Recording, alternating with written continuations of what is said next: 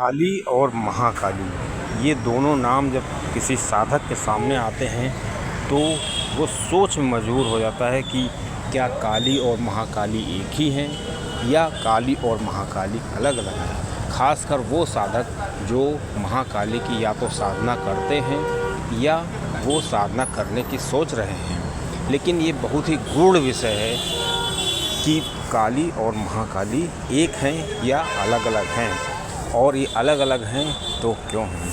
दोस्तों, ऐसी रोचक जानकारी के लिए आप Major Tech Signal channel subscribe कर सकते हैं। वीडियो को शेयर करिए। दोस्तों, सबसे पहली चीज़ तो ये बता दें कि जितने भी हम रहस्य आध्यात्म में जानने की कोशिश करते हैं उनका एक ही मात्र माध्यम है शास्त्र। जो शास्त्र हमको उपलब्ध हैं, अब दोस्तों जो शास्त्र हमको उपलब्ध हैं उनमें जो मेन शास्त्र हैं जैसे शिव पुराण, देवी भागवत पुराण, भागवत या विष्णु पुराण, इनको जब कोई पढ़ता है तो एक जो निचोड़ निकाल के बता सकता है कि कौन का क्या है। जैसे अक्सर ये मान्यता मानी जाती है कि त्रिदेवों का जो अस्तित्व में आए वो महाकाली की वजह से आए। कहीं कहीं बताया गया है कि श्री शिव जी सबसे सर्वोच्च हैं, उन्हीं से सारे सब लोग निकले हुए हैं, सारी संतानें हैं उनकी। दोस्तों, जैसा हम शास्त्र पढ़ेंगे वो ऐसे शास्त्र भी नहीं है, एक मानक शास्त्र है। जैसे शिव पुराण एक मानक शास्त्र है। शिव पुराण को अगर कोई पढ़ेगा तो उसको लगेगा कि सारी सृष्टि श्री शिव जी से ही निकली है। अगर देवी भागवत पुराण पढ़ा जाए तो उसको लगेगा कि सारी सृष्टि सभी काली माता की ही संतानें हैं, काली माता की ही से ही उद्गत हुआ है। इसी तरह विष्णु जी के विष्णु पुराण में बताया गया है। तो इन सब चीज़ों को देखते हुए आखिर एक भक्त जो है, जो साधना करना चाहता है या जानना चाहता है कि कौन सबसे बड़ा है या काली और महाकाली में क्या भेद है। दोस्तों, इस तरह से मतलब हमने उदाहरण दिया आपको। तो काली और महाकाली के लिए भी भक्त को काफ़ी ज़्यादा रिसर्च करनी पड़ेगी, उसके बाद भी शायद कोई निष्कर्ष ना निकले। और काली और महाकाली जो प्रागट्य हुआ है ये किसी विभिन्न विशेष परिस्थिति में हुआ था। माया थी, महामाया। अब दोस्तों, ये जो काली और महाकाली के बारे में बात करना, मतलब समझ लीजिए कि उस पर अगर बात की जाए तो उसको कोई समझा ही नहीं सकता है। लेकिन जो कुछ थोड़ा बहुत हमारी समझ में आया वो मैं आपको बता रहा हूँ। दोस्तों, पहले जान लेते हैं कि महाकाली जो हैं वो कौन है। महाकाली के बारे में जान लेते हैं। उससे पहले जान लेते हैं कि किसी भी इष्ट की जो हम पूजा करते हैं, अर्चना करते हैं, और उसका जो प्रागट्य होता है उसमें क्या रिलेशन होता है। तो उसमें कोई भी जो, जैसे दुर्गा जी थी या पहले सती जी थी, सती जी से दुर्गा जी प्रगट, दुर्गा जी आई, दुर्गा जी से काली जी का अस्तित्व हुआ। दोस्तों, सबसे पहले जान लेते हैं कि जो शक्ति होती है, जैसे काली जी की जो शक्ति है, काली जी के गुण हैं जो, तो वो उनका जो स्वभाव है वो अलग है। अब उनसे कोई शक्ति उत्पन्न होगी किसी विशेष परिस्थिति के लिए तो उसके गुण और स्वभाव भिन्न होंगे। इसी तरह अगर श्री दुर्गा जी की बात की जाए तो उनके गुण भिन्न होंगे। ऐसा सुनने में अटपटा लग सकता है लेकिन हकीकत यही है। अब क्योंकि इन जो देवियों की जो महाकाली हैं, काली हैं, दक्षिणा काली, शमशान काली, ये सब विशेष परिस्थितियों में इनका अस्तित्व हुआ। क्योंकि किसी राक्षस को मारना था या कोई ऐसी बात हुई, या श्री शिव जी ने जब सती जी का देखा कि उन्होंने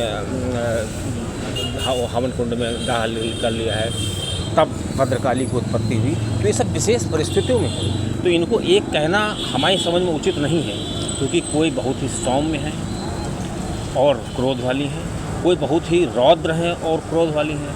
तो जो रौद्र और सौम्य होता है वो एक कैसे हो सकता है, ऐसा नहीं माना जा सकता है।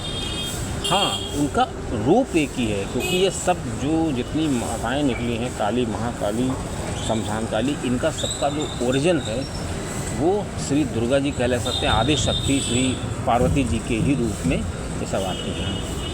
अब जब श्री शिव जी ने सती जी को वहाँ जाने से मना किया था यज्ञ में, तब श्री पार्वती जी को बहुत ही गुस्सा आया और उनका क्रोध में वो एकदम लाल हो गई थी, काली हो गई थी। अब उस रूप को देख करके सभी देवता परेशान हो गए थे। दोस्तों, तो उस रूप को काली नाम दिया गया और वो अस्तित्व में आई। तो महाकाली के बारे में जान लेते हैं। अच्छा, दूसरी बात ये आती है कि जो भक्त जो है, जैसे पूजा अर्चना करते हैं, साधना करते हैं, तो ये भक्त को ये मालूम होता है। और नहीं मालूम होता तो ये जानना चाहिए कि वो जिस भक्त की, जिस देवी की, जिस देवता की, जिस इष्ट की पूजा करेगा, उसी के गुण उसके अंदर आ जाएंगे और जीवन भर उन गुणों में ही वो जीता रहेगा और उसकी मृत्यु भी उसी में हो जाएगी। तो इसलिए किसी भक्त को साधना करने से पहले इस चीज़ को बहुत अच्छी तरीके से समझ लेना चाहिए। अब दोस्तों बात करते हैं संक्षिप्त में महाकाली की। तो महाकाली की जो उत्पत्ति, महाकाली की जो प्रागट्य हुआ था, वो श्री शिव जी ने, मतलब देवता सब आए, बहुत परेशान हो गए। एक राक्षस था बकासुर, बहुत ज़्यादा देवता जब परेशान हुए शिव जी के पास आए।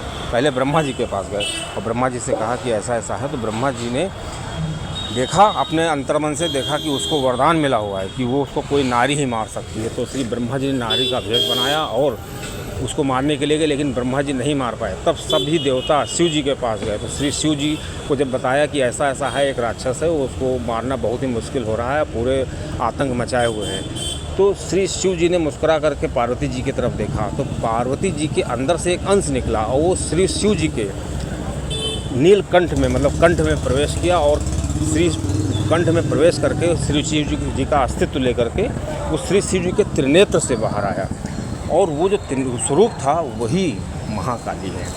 और दोस्तों ये महाकाली हैं, ये सौम्य, और सबसे बड़ी चीज़ है इनका जो भोग होगा वो कोई ज़रूरी नहीं है कि इनका भोग जो है वो सिर्फ मांसाहारी ही हो। और ये बहुत ही अपने भक्तों का ख्याल रखते हैं, इसीलिए इनकी पूजा की जाती है। तो महाकाली की पूजा बहुत ही उचित है, घर में भी पूजा कर सकते हैं। और सबसे बड़ी चीज़ महाकाली की ये है कि ये अपने भक्तों को वो देती हैं जो कोई नहीं दे सकता है, क्योंकि महाकाली हमेशा बहुत आगे की सोचती हैं। अब दोस्तों इसी के विपरीत हम काली जी के बारे में बता दें। जो काली जी हैं वो श्री जो माया थी, जो दुर्गा जी थी, उनकी भ्रकुटी से उत्पन्न हुई थी। इसलिए ये जो भ्रकुटी से उत्पन्न होने के कारण इनका जो वर्ण है एकदम ये काले रंग की है और महाकाली नीले रंग की है दोस्तों। तो इस वजह से जो नीले रंग है ये सौम्य है और जो काली जी हैं एकदम काली रात्र की तरह अंधकार है और इनके गले में मुंडों की माला पड़ी हुई है। और दोस्तों इनका जो भोग लगता है वो मांसाहार का भोग लगता है। और सबसे इम्पॉर्टेंट चीज़ हम संक्षिप्त में बता दें आपको कि महाकाली की पूजा करने से, साधना करने से भक्त को मोक्ष की भी प्राप्त हो सकती है, मोक्ष प्राप्त हो जाएगा। जैसे कि बिल्कुल वो धरती पर उसको आना नहीं पड़ेगा, लेकिन काली जी की अगर आप साधना करता है कोई, तो उसको मोक्ष की प्राप्ति नहीं होगी। उसको जो है सभी चीज़ें मिल जाएंगी, लेकिन मोक्ष अगर चाहिए तो उसको काली जी की ही, महाकाली जी की शरण में जाना पड़ेगा। ये सबसे गूढ़ बात है। अब दोस्तों जो महाकाली की साधना होती है वो एक सात्विक तरीके से भी की जा सकती है, उसके कई पंथ हैं किसी तरीके से। लेकिन जो काली जी की उपासना की जाती है, जो भ्रकुटी से उत्पन्न हुई थी, उनकी साधना केवल जो है तामसिक रूप से ही की जाती है और तामसिक रूप से वो प्रसन्न भी हो जाते हैं। और श्री काली जी को जो भोग लगा करके सिंपली जैसे बलि चढ़, और हाँ एक सबसे इम्पोर्टेंट, काली जी को बिना भोग लगाए, क्योंकि उनकी जो जुबान होती है हमेशा रक्त के लिए ललायित रहती है। और अगर भक्त उनकी उपासना करता है और भोग नहीं लगाता है, मतलब बलि नहीं देता है खून की, तो समझ लीजिए कि वो कहीं ना कहीं से वो जो है वो दिक्कत भी कर सकता है, जहाँ तक मेरा अनुभव है। और हो सकता है कि वो रक्त उस भक्त के ही किसी रूप में बाहर आए और कहीं उसका जो है वो रक्त निकले, उसको चोट नहीं लगेगी, उसको मतलब चोट लगेगी, दर्द नहीं होगा, लेकिन ऐसा हो सकता है। इसलिए जो काली जी की अगर उपासना कोई करता है तो उसको बलि जो है देना बहुत ज़रूरी है। अगर बलि नहीं देता है तो किसी न किसी रूप में वो मतलब बुरा भी हो सकता है।